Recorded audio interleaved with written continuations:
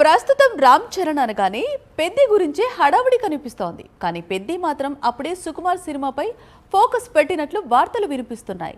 పెద్ది పనులు చాలా వరకు పూర్తి కావడంతో పెద్ది థియేటర్స్లోకి వచ్చే లోపే సుకుమార్ సినిమాను పట్టాలెక్కించే పనిలో పడ్డారు రామ్ చరణ్. పెద్ది రిలీజ్ డేట్ పై కొనసాగుతున్న సస్పెన్స్ కు తెరపడింది.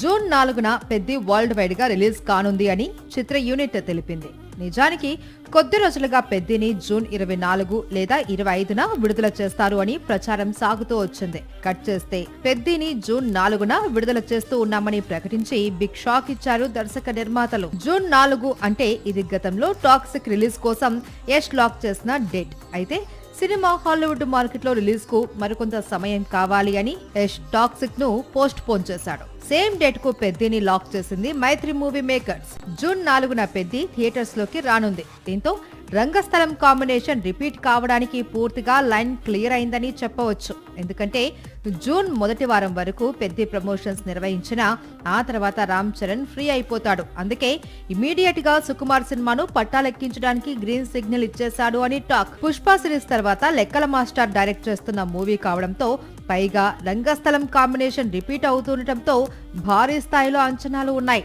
ఈసారి సుకుమార్ మెగా పవర్ స్టార్ ను ఎలా చూపించబోతున్నాడు, ఎలాంటి కథను తెరకెక్కించబోతున్నాడు అనేది ఆసక్తికరంగా మారింది. సాక్షి టీవీ ప్రసారాలను నిలిపివేయడం చట్టరీత్యా నేరం.